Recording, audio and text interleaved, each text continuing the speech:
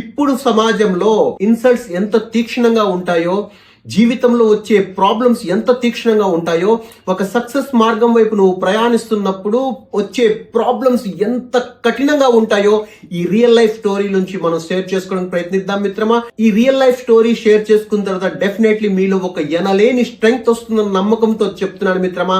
So let us start. Vande Mataram. Hello friends, welcome to your channel motivation journey, ఒక మహోన్నతమైన మార్పు కోసం. ఏప్రిల్ 11, 2011 ఒక ట్రైన్ లక్నో నుంచి ఢిల్లీ వెళ్తుంది. ఆ ట్రైన్ యొక్క జనరల్ కంపార్ట్మెంట్ లో 8 times నేషనల్ వాలీబాల్ ఛాంపియన్షిప్ లో పార్టిసిపేట్ చేసినటువంటి ఒక భరతమాత ఆడబిడ్డ తన అథ్లెటిక్ పని మీద లక్నో నుంచి ఢిల్లీ బయలుదేరింది. ఆ జనరల్ కంపార్ట్మెంట్ లో తను కూర్చుంది. కొంతసేపటికి ఒక 5 దుండగులు వచ్చి తనని టీచ్ చేయడం, కామెంట్ చేయడం, ఇబ్బంది పెట్టడం చేశారు. చుట్టూ జనాలు ఉన్నారు, కానీ ఎవ్వరు కూడా స్పందించట్లేదు. తనకి చాలా ఇబ్బందికరంగా అనిపించింది. తను చాలా బాధపడుతూ కూడా అలానే సైలెంట్ గా ఉందన్నమాట.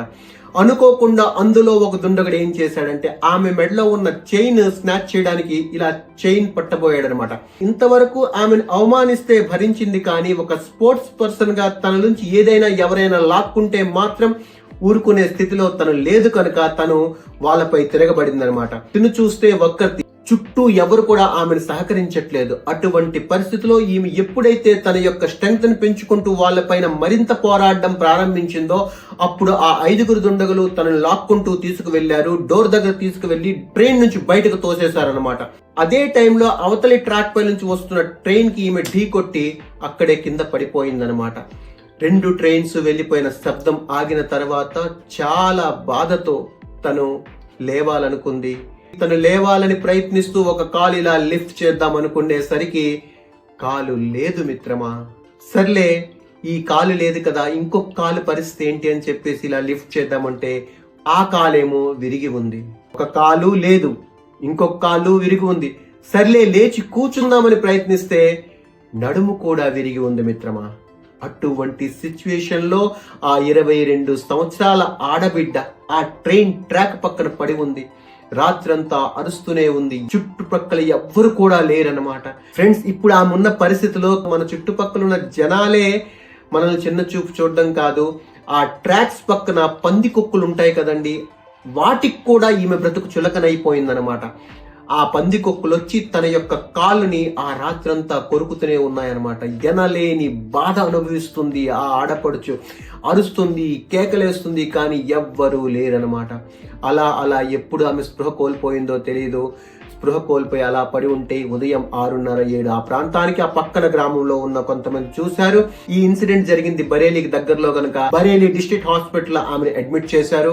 అక్కడ డాక్టర్ గారు ఏమన్నారంటే ఈ తెగిన కాలుకు మరికొద్ది పైకి ఇంకా తీసేయాలి. ఎందుకు అనేసంటే ఆల్రెడీ ఇన్ఫెక్షన్ ప్రారంభం అయిపోయింది, మనం తీయకపోతే ఇబ్బంది పడిపోతుంది ఈ పిల్ల అని చెప్పేసి అనేసరికి అక్కడున్న స్టాఫ్ అన్నారు అనస్థీసియా కావాలంటే రమారం మనం ఇంకా 2-3 hours వెయిట్ చేయాలి అని చెప్పేసి అన్నారనమాట.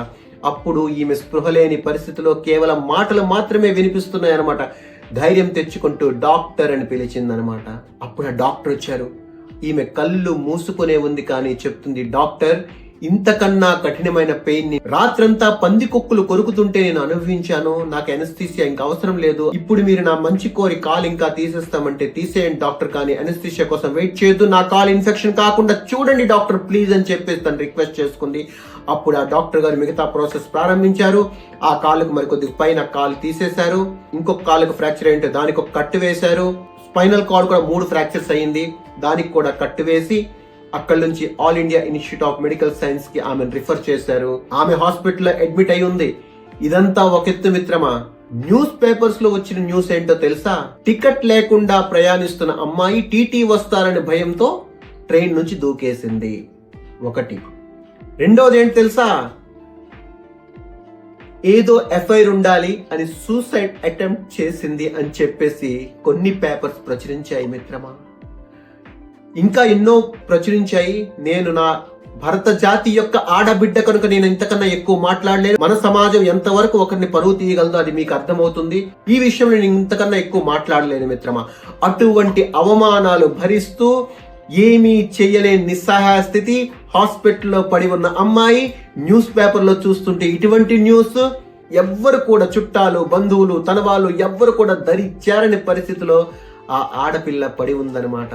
అప్పుడు కూడా ఆమె తన యొక్క ఆశయాల్ని ఆపుకోలేదు. 4 నెలల తర్వాత డిశ్చార్జ్ ఇంకా అవుతుంది అనేటప్పటికీ తను ఒక మాట అన్నదనమాట, ఇక నేను వాలీబాల్ ఆడలేను కానీ మౌంటైనింగ్ ట్రై చేస్తాను అన్నదనమాట.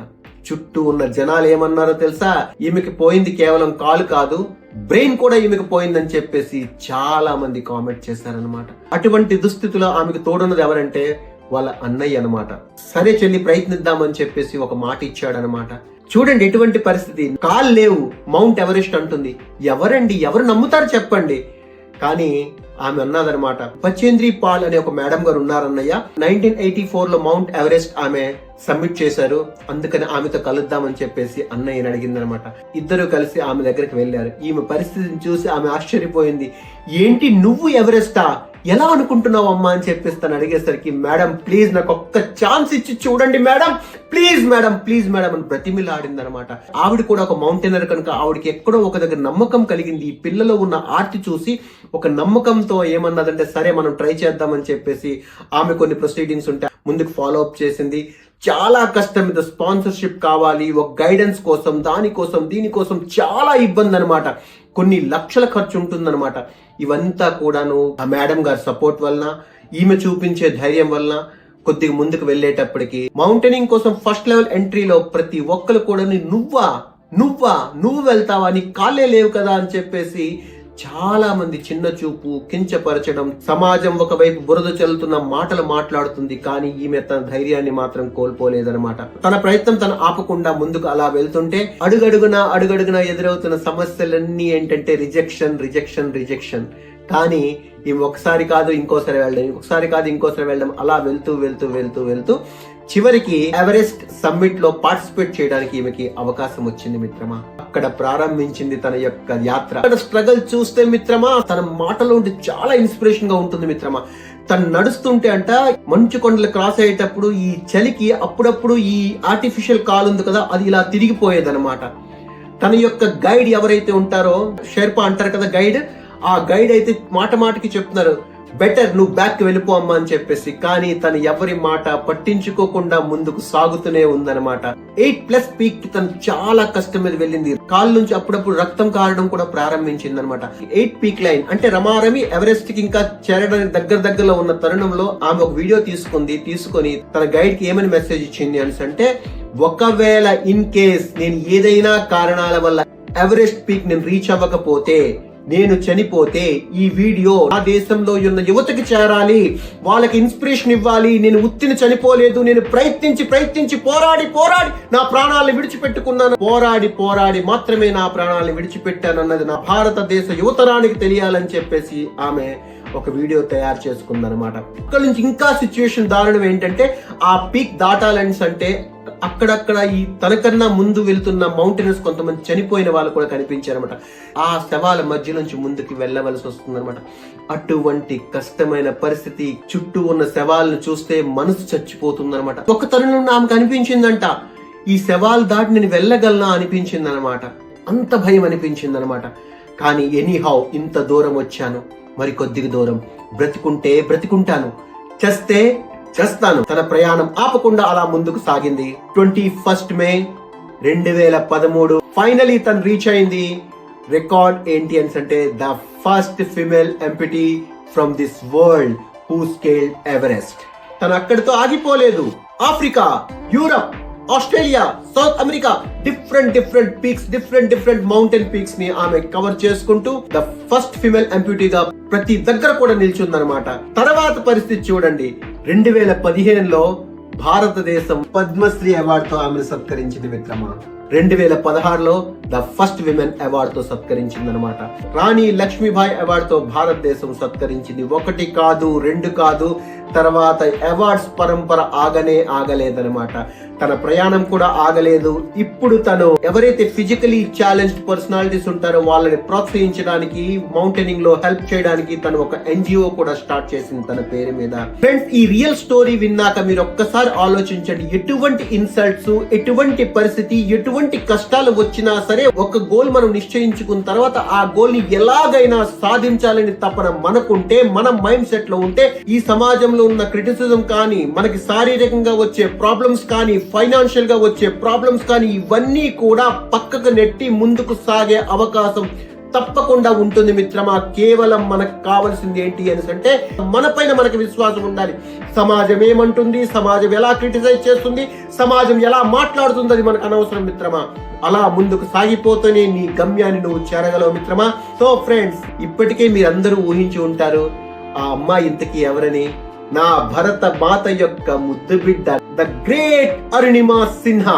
ఆ ఆడపడుచుకున్నటువంటి స్ఫూర్తి మనందరిలో కూడా ఉండాలని కోరుకుంటూ భారత్ మాతాకి జై.